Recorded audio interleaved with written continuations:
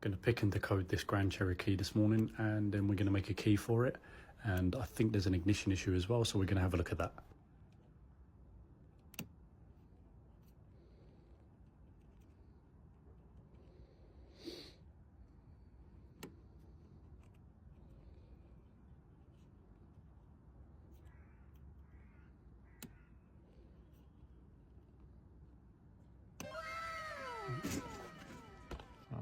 So we've just decoded the lock. We're going to check the code on Instacode.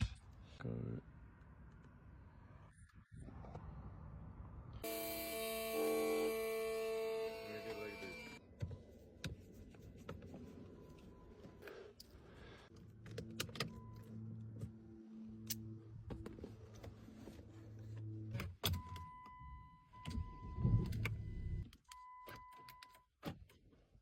Nice.